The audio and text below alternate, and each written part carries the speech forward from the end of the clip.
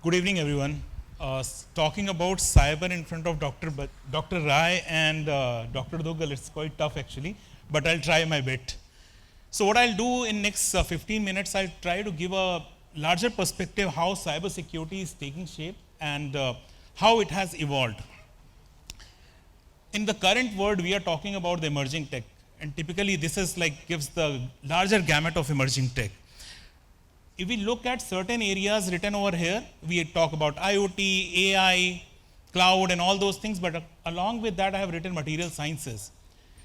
Lot of things which are happening in certain connected areas like material sciences are also giving a direction to overall change in the narrative of cyber. I'll just take example what happened when Microsoft announced that Majorana won the quantum chip.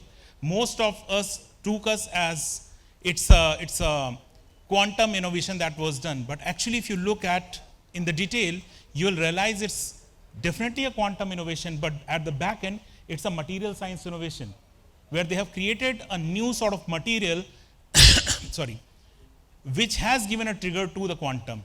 And again, if you go into the details, the publicly available information, you will realize it was triggered and much supported by the AI innovation, because it's a journey of almost 20 years research, out of which last one and a half year of work that was done, especially augmented by generative AI and the AI models that has helped them conclude that research timely.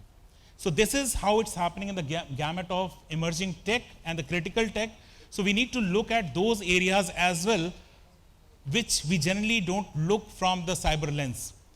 Now coming to the challenges part, and then I'll move towards how we are managing the show right now. If you look at the challenges, one, the expanding digital footprint of the digital economy. Then the rising exposure of vulnerabilities, increased attack surface, and advancing threat landscape. What they're exploiting, your gaps in the system, loopholes in the transaction processing, and here transaction processing doesn't mean just the financial transactions, but the larger transactions happening in the ecosystem using the digital platforms. And then varied level of awareness in the ecosystem, because individuals are also involved. Even in the ecosystem, we have SMBs, we have large enterprises, and the awareness level varies significantly. Then what these adversaries are leveraging. So we have, again, that emerging tech is giving them edge here. So we have cryptos, we have connectivity, we have different cross platforms, all of these things, and then the dark web, which is larger than the surface web. These technological innovation and evolutions are actually giving the edge to the adversaries to plan their attacks and create some issues in the ecosystem. And the threats we all know, like whether it's a DDoS or malware and all those kind of things. But given the nature of this emerging tech and how they are leveraging, you would have heard about polymorphic malwares and all those kind of things. And you might have heard about this Salt, Typhoon, or Lazarus kind of attack vectors or players who are actually leveraging those kind of innovations and planting attacks, which is difficult to even identify, because they are changing themselves while it is getting deployed. That is leading to so much ease for them to plan their ransomware attacks as well. And if you look at the crimes which is generating out of these threats, leverage and exploitation, it is digital crime, personal crime which is leading to that, societal level of impact, and even it is going to that level of, I'll say international level, where TSE is terrorism, separatism and extremism, which is actually a larger mess that is getting created out of these, I'll say, leverage of the technologies. And then the constants that we have, definitely many constants are coming from the laws and policies, because the pace of technology evolution is so fast that these laws, policies is standing against the test of time for those new innovation and acceleration is actually creating a lot of issues for the policymakers. Then our different preparedness level, sorry, technological infrastructure, skills gap, and then again the awareness kind of issues that we have talked about. So those are the things which is actually giving a larger gamut of the challenges which are there in the ecosystem. But let's double click further the trends which is shaping emerging tech, security, and the crime. The first without talking about AI in the ecosystem, it's very difficult, right? Now, what's happening in AI and what's happening pertaining to that AI innovation and evolution for, say, security and crime? Just don't get into the numbers, but if you see, the AI is going to contribute all the facets of the ecosystem, and it's going to become kind of a $1.8 trillion economy by 2030. And it's going to just not $1.8 trillion economy, but it's going to impact the overall GDP, and it's going to uplift it by 15 trillion plus. That's the gamut it's going to impact. But if you look at this AI evolution from the point of view of cybersecurity or cybercrime, it is available for the criminals as well. And the exploitation, synthetic fraud generation, and all of those kind of things which are evolving, it's actually going to trigger a lot of dimensions that we have to look at as a policymaker or a technologist. I'll just open up all the heads here and just summarize it quickly. AI is one. Then combine it with a quantum. Quantum is picking up. Combine it with the hyperconnectivity, because by 2030 we are expecting to have 6G. Now, if you include the data available, 2025 we are expecting to have 200 zettabyte data available on the web, and that kind of data we have to protect. Now, I'll just combine these couple of things. We are talking about so much of frauds getting generated, like deepfakes and all those kind of technologies, and if you combine it with the data theft or this kind of data, that data theft is not happening randomly. Sometimes you will see the data theft happening on, say, our medical infrastructure or health infrastructure, which might be protected, right? It could be encrypted data. But going forward with the advent of quantum, we have a scenario of harvest now, decrypt later kind of scenarios, right? Where you have data now, once our quantum infrastructure is ready, we'll decrypt it then and use it then. And recent some news articles, what we have seen, it's not too far to have a quantum infrastructure. And then if you connect it with the 6G kind of connectivity or 40 billion IoT devices running on the planet, if you connect on all of those things, it is going to trigger a lot of things. I said healthcare data being stolen now, used later. Probably it's going to trigger a lot of discussions on biowarfare, because that data is going to be or could be used to generate lot of targeted attack vectors in the biosciences. All those kind of things are possible if you have that kind of data. If you just limit it to the digital world, the kind of connectivity we'll have, the deepfakes and these kind of elements that can actually create a lot of challenges on our electoral systems, our diplomatic system. These things are going to be the reality, which is already there up to a certain extent, but in future, once we have those kind of technologies in place, it's going to impact a lot of such things in a very expedited way. And a last element here, if you look at what's happening in terms of regulatory ecosystem or the geopolitical ecosystem, the whole narrative of export controls or those kind of scenarios are now changing.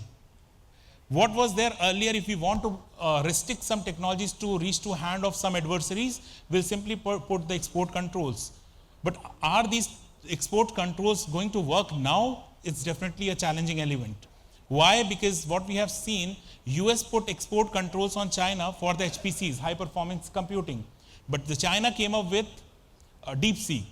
And now DeepSeek, if you further take it ahead, DeepSeek has kind of a democratic approach. That means they have made it so open source that you can deploy on your machine, create your business model, run it, and see again from the SMB perspective that I have highlighted earlier.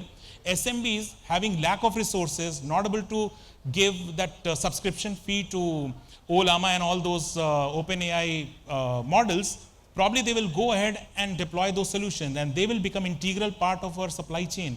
And later on, say 3 years down the line, that democratic approach being followed, and I'll say tech democratic approach being followed by, say, China with DeepSeek, is going to enable their technology being part of all the supply chain here and there.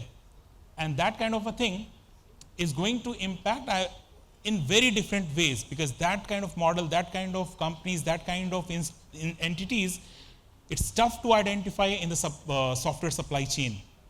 And here I have seen specifically from the point of view of this, the video analytics I'll call it, or from the deepfake point of view, the company I have seen, only company I have seen actually here is this Face-Off. I think a lot of Indian companies are working on those front in an extensive way.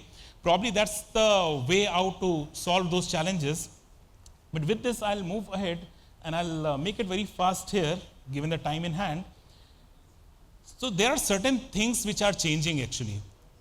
What we used to see as opportunistic hacks a couple of years back are now becoming institutional or industrial level, I'll say, shadow economy. Like business model, earlier we used to have a couple of years back, some people steal some PIIs, putting the ransomwares. Now, currently, what we are saying, crime as a service, like this fraud GPTs, ghost GPTs kind of things are there, which you can leverage and plan the attacks. But what's going to happen, or what has started happening is, now adversaries are offering those kind of things in a very institutional way. You'll have a dashboard, you subscribe to those services and plan the attacks in a very different way.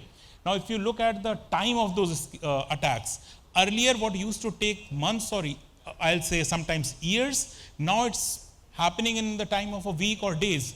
And going forward with kind of the scale that we are going to have in terms of connectivity, in terms of compute, and in terms of access to the data to create the simulation platforms and simulating models, it's going to reduce down maybe to the real-time level. And that's going to create a lot of issues. What we have seen in terms of hybrid cyber physical extortion, like in case of Ukraine and all, what we have seen a couple of years back. Now the way smart cities are connected, the way IoTs are connected, that's going to be too vulnerable if we don't look at from the point of view of cybersecurity and the data protection since day zero, or probably before a step while we are starting that journey. So all those kind of things are taking shape. But the point here is not, again, to worry and stop using the digital technologies, but again I'm coming back to what I have started with, the tech, because that is something that we have. And a lot of companies, even here in India, now we have more than 450 product companies across the globe. If you look at, after US and Israel, India is going to be the third largest cybersecurity product ecosystem. We are working on some studies around it and going to publish it officially soon. Hopefully we'll do it very soon. Where we are going to talk about this kind of ecosystem present here in India. And this is something that we are leveraging to safeguard the ecosystem. Now coming back to this, now if you see what's happening from the cyber perspective in terms of protection, in terms of safeguarding the ecosystem, if we just look at what we have to see, those emerging techs are actually changing the architectures, framework, and the tech stack. It's changing the protocols, it's changing the technology standards, interfaces, and the clouds. Why it's happening and how it's happening? You have more data-enriched services and products. You have more mobility in the ecosystem.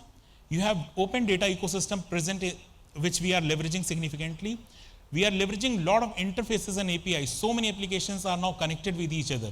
Like a government application, if you look, I'm taking this example of Umang application, where you have hundreds of applications connected, talking to each other, leveraging the APIs, right? Which is actually increasing the productivity as well as it is increasing the, I'll say, the value being delivered to the ecosystem, leveraging those kind of connectivities. You have microservices, platforms. We are moving towards that event-driven architecture or intent-based computing, where you don't need to engage too much, and many times those kind of things for not so digitally literate people and all those people, this is going to work more effectively. But when we talk about it, one thing that we have to see is the pace of innovation and pace of adoption of technology. So I typically take that example, pace of innovation, which we have seen and we all agree like it's very fast, but pace of adoption is something that has changed significantly.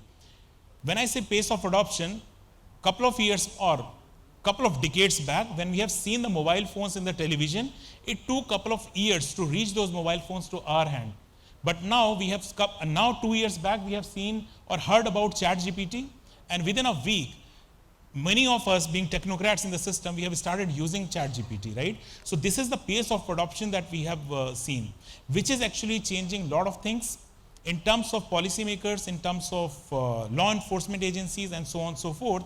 It becomes very critical and very important to look at all of those things with the lens or with the prism of the emerging tech, the changing gamut of the things, because your data, the quantum and the complexity of the data is rising, your volume and velocity of the data is rising, you have heterogeneous devices, you have so many cloud dependency and so on and so forth, and that is going to definitely trigger the national security measures, your regulatory environment, your regulatory measures, your threat and incident management things. The whole ecosystem of threat intelligence and threat handling is changing. Your privacy obligations are changing, and that's why we are talking about the trust and ethics of the emerging tech. And to address that, one happening at the national level or sometimes at the international level, but at the ground level, at individual level or the organization level, our security architecture, security policies, your preparedness level, your operations, how you are managing your show, what and how your security organization look like, all of those things are changing. And here, last thing that I'll touch upon is the innovation. And as I said, India is evolving as a big hub of cybersecurity product ecosystem, but it becomes a responsibility of all of us to nurture that ecosystem and trigger the innovation, so that from each and every place that innovation is popping up, and you never know that one or two small support that we are making is going to enable a lot of things in the ecosystem and going to serve a larger purpose.